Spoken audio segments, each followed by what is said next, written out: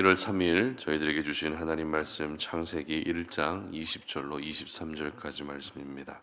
하나님이 이르시되 물들은 생물을 번성하게 하라. 땅 위 하늘의 궁창에는 새가 나르라 하시고 하나님이 큰 바다 짐승들과 물에서 번성하여 움직이는 모든 생물을 그 종류대로 날개 있는 모든 새를 그 종류대로 창조하시니 하나님이 보시기에 좋았더라. 하나님이 그들에게 복을 주시며 이르시되 생육하고 번성하여 여러 바닷물에 충만하라. 새들도 땅에 번성하라 하시니라. 저녁이 되고 아침이 되니 이는 다섯째 날이니라. 아멘. 생물을 향한 하나님의 특별한 사랑이라는 제목으로 오늘 아침 말씀 전합니다. 추운 겨울이 되면 우리나라 한 지역에서는 유명한 축제가 열립니다. 바로 물고기를 테마로 하는 축제입니다. 축제의 취지는 지역을 알리고 지역 경제 활성화를 위함이라는 좋은 취지를 가지고 있습니다. 그러나 일각에서는 이 축제가 생명을 경시 여기는 축제라고 하는 비난의 말들이 나오고 있습니다. 왜냐하면 행사를 위해서 물고기를 굶긴다는 것이 그 이유입니다. 이게 무슨 말인가 하면 이 축제장에는 큰 원형 수조가 있는데 이 수조 안에는 물고기 60만 마리 이상을 풀어놓습니다. 그리고 사람들이 그 수조 안에 들어가서 손으로 직접 물고기를 잡는 체험을 하는 프로그램이 있죠. 그런데 물고기가 사람의 맨손으로 쉽게 잘 잡히기 위해서는 어떻게 해야 됩니까? 물고기의 활동량이 적어야 됩니다. 즉 활동량을 줄이기 위해서 물고기를 강제로 굶긴다는 것이죠. 그래서 사람들이 맨손으로도 쉽게 물고기를 잡을 수 있는 손맛을 느끼게 하는 것입니다. 결국 물고기들은 수조 안에서 장난감 취급받으며 사람들의 손에 잡히고 마는 것이 생명을 경시 여기는 풍조로 비춰지면서 여러 논란의 소지가 생기고 있습니다. 참고로 지역 축제를 비판하려는 것이 아니라 지역 경제 활성화라는 좋은 취지를 가진 축제도 생명을 경시 여기는 풍조로 바라보는 시각도 있다라는 것을 말씀드리기 위함입니다. 여러분, 생명은 가장 귀한 것이죠. 생명의 가치는 그 어떤 것으로도 바꿀 수 없고 가볍게 여겨져서도 안 됩니다.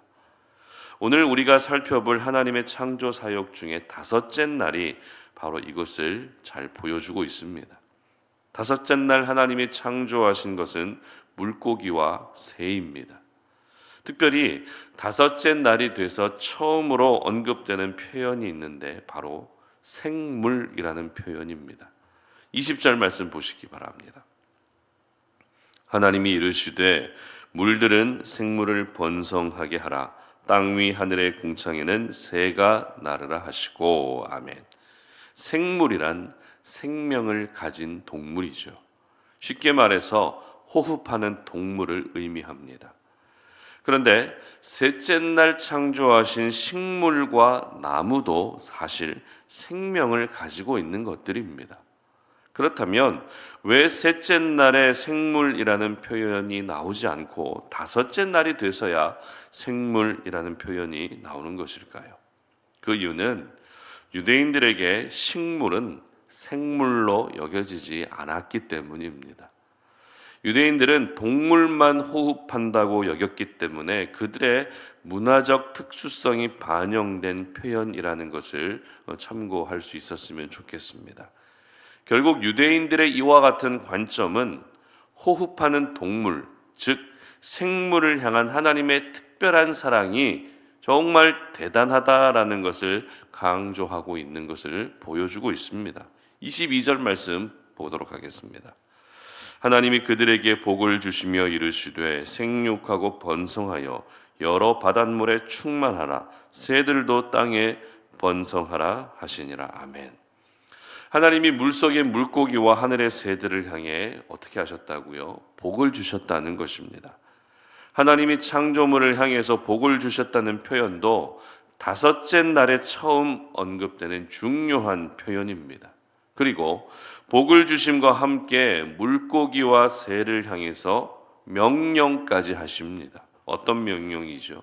생육하고 번성하여 충만하라는 것입니다. 이것은 결국 생물의 존재 목적이 바로 생육하고 번성하고 충만해지는 것이라는 말입니다. 그리고 생육하고 번성하고 충만해지는 것이야말로 하나님이 허락하신 가장 귀한 복이라는 것을 우리에게 보여주고 있습니다. 그런데 생물을 향해서 명령하신 이 명령이 저희들에게 굉장히 익숙한 명령이죠. 바로 사람을 창조하신 후에 사람을 향해서 명령하신 생육하고 번성하고 땅에 충만하고 땅을 정복하라는 명령과 비슷하다는 것입니다. 하지만 생물에게 하신 명령과 사람에게 하신 명령이 완전히 일치하는 것은 아닙니다. 다섯째 날에 생물을 향해서 명령하실 때는 세 가지를 언급하신 반면에 여섯째 날 사람을 향해서 명령하실 때는 한 가지가 더 추가된 네 가지를 언급하셨다는 것입니다. 그 한 가지가 무엇입니까? 바로 땅을 정복하라는 것입니다. 그러니까 정복하는 사명은 생물들에게 주어진 것이 아니라 사람에게만 주어진 특별한 명령임을 우리는 알게 되는 것이죠. 하지만 정복하라는 명령만 없을 뿐 생물을 향해서 복을 주시며 생육하고 번성하여 충만해져야 된다고 말씀하셨기 때문에 이것은 분명 생물들을 향한 하나님의 특별한 사랑임에 틀림없다는 것입니다. 그리고 생물들이 생육하고 번성하고 충만해질 수 있는 이유가 자연적으로 이루어지는 것이 아니라 하나님이 복을 주셔서 가능한 것이기 때문에 이 땅에 존재하는 모든 호흡하는 생물을 주관하시는 분은 바로 하나님이라는 사실을 우리는 알 수 있어야 되는 것입니다. 그렇습니다, 여러분. 하나님이 주인이십니다. 모든 것은 하나님의 주권 아래에 있는 것입니다. 하나님의 창조 사역 넷째 날까지만 봐도 하나님의 이 세상의 주인이심을 우리는 충분히 알 수 있었지만 다섯째 날 창조 사역을 통해서는 하나님은 모든 생물의 주인까지 되신다는 것이 더욱더 분명하게 드러나는 것입니다. 특별히 하나님의 창조 사역에서 식물을 비롯한 생물을 만드실 때 반복적으로 언급되는 표현이 있습니다. 바로 그 종류대로라고 하는 말씀입니다. 21절 말씀 보시기 바랍니다. 하나님이 큰 바다 짐승들과 물에서 번성하여 움직이는 모든 생물을 그 종류대로 날개 있는 모든 새를 그 종류대로 창조하시니 하나님이 보시기에 좋았더라. 아멘. 하나님의 창조 사역을 기록하고 있는 창세기 1장 말씀은 창조론의 근거가 되는 말씀이죠. 그런데 창조론과 대비되는 대표적인 이론이 바로 진화론입니다. 특히 진화론에서 찰스 다윈의 종의 기원이라는 책이 굉장히 큰 지지를 받고 있습니다. 이 종의 기원이란 이 세상에 존재하는 모든 유기생물들은 단 하나의 어떤 원시 생물에서 시작됐다고 설명하는 이론입니다. 한마디로 모든 종은 공통의 조상에서 유래됐다는 것입니다. 그러니까 인간의 조상과 여러 동물들의 조상과 물고기의 조상과 새의 조상이 모두 같다는 것입니다. 어떠십니까? 기분이 썩 좋지만은 않으실 겁니다. 내가 우리 집 반려동물과 조상이 같다라는 것, 왠지 자존감이 더 낮아지지 않으십니까? 그러나 하나님의 창조 사역에서 그 종류대로 생물을 만드셨다는 이 말씀은 진화론을 무너뜨리는 결정적인 근거가 되는 말씀입니다. 모든 생물은 조상이 같은 것이 아니라 모든 생물은 처음부터 하나님이 계획하시고 디자인하셔서 각각의 고유한 생물로 만들어졌다는 것입니다. 따라서 물고기를 새가 따라갈 수 없고 반대로 새를 물고기가 따라갈 수 없는 것입니다. 더 나아가 그 어떤 동물도 사람을 따라올 수 없는 것입니다. 그렇기 때문에 여러분이 키우고 계시는 반려동물과 내가 조상이 같을 리가 없다는 것이죠. 하나님은 그 종류대로 모든 생물을 만드셔서 각각의 기능을 하게 하시고 각각의 역할을 하게 하심으로써 다양한 생물들로 이 세상을 아름답게 채워 가셨던 것입니다. 그러므로 다섯째 날 하나님의 창조 사역은 생물을 향한 하나님의 특별한 사랑이 깊이 배어 있다는 것을 우리는 알 수 있는 것이죠. 하나님은 모든 생물의 주인이실 뿐만 아니라 모든 생물을 서로 다르게 그 종류대로 창조하실 만큼 그 지혜와 아이디어가 끝이 없으신 무한하신 하나님이신 것입니다. 그렇다면 다섯째 날 창조 사역을 통해서 하나님 자신을 계시하신 오늘의 이 말씀을 통해서 우리가 적용해야 할 것은 무엇일까요? 먼저는 하나님이 내 인생의 영원한 주인이심을 인정할 수 있어야 됩니다. 그리고 생육하고 번성하고 충만해지는 지극히 자연스러운 현상마저도 하나님이 복을 주시고 허락해 주셔야만 이루어질 수 있다는 것을 기억할 수 있어야 되는 것입니다. 그리고 하나님의 끝이 없으신 지혜를 신뢰하면서 내 지식과 내 경험으로 살고자 하는 교만함을 오늘 이 아침에 우리는 내려놓을 수 있어야 되는 것입니다. 하나님의 창조 사역은 하나님만이 하실 수 있는 특별한 사역입니다. 그리고 하나님이시기 때문에 가능한 사역들입니다.